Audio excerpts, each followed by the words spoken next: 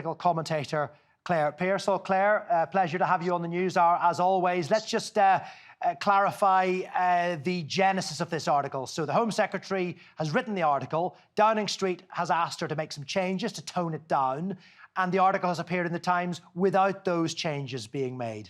How unusual is that? Well, it's incredibly unusual. Normally, if a minister or a Home Secretary wants to put in an article to a newspaper, it has to go through clearance with Number 10 and the Prime Minister's office directly, plus the press office, any amendments to go back to the Home Office to be looked at, and these drafts will go on backwards and forwards until everybody is happy and there is sign-off.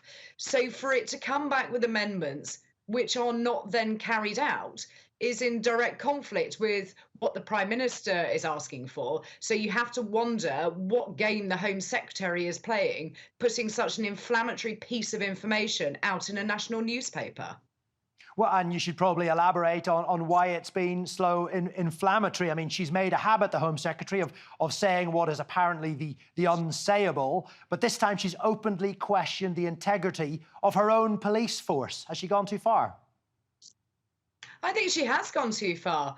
The police are there to do a specific job, and we should be able to trust them to carry out the word of the law. I think the inflammatory language that is being used, calling them hate marches, calling people disruptors, I think is incredibly wrong. This is such a sensitive situation.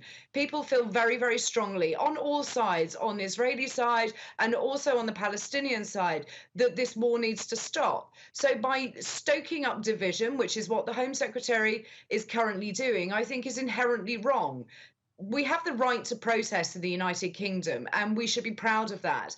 And the organisers of the protest march on Saturday have said that they will not go near any of the places that the Armistice Day remembrance services will take place. They will not go near to the cenotaph. They will be respectful, and the timing of it will be after the 2-minute silence, which normally happens at 11 a.m. So I think there is a lot of goodwill been given, and I think that this is just inherently wrong from such a senior politician to put that out there and ignore the will of those people marching for Palestinian health.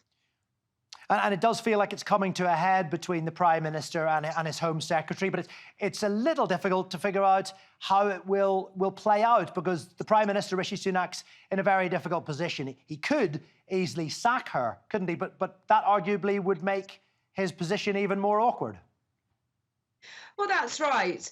And Suella Braverman has made no secret of the wish to be Prime Minister. And it's almost as if she is goading the Prime Minister into making that decision to sack her, so that she can form her troops to be able to put forward her bid to be leader. So it's an incredibly difficult situation. And Rishi Sunak, the Prime Minister, does owe an awful lot to Suella Braverman because she enabled him to become Prime Minister just over a year ago. So it's a very complicated, political, messy story in the United Kingdom. But the Prime Minister needs to show a little bit of backbone here. You cannot have such comments from a senior politician in charge of all of the security of the United Kingdom, making these statements and getting away with it without any consequence whatsoever. So I hope that he makes a really strong decision, or that Suella Braverman decides to resign.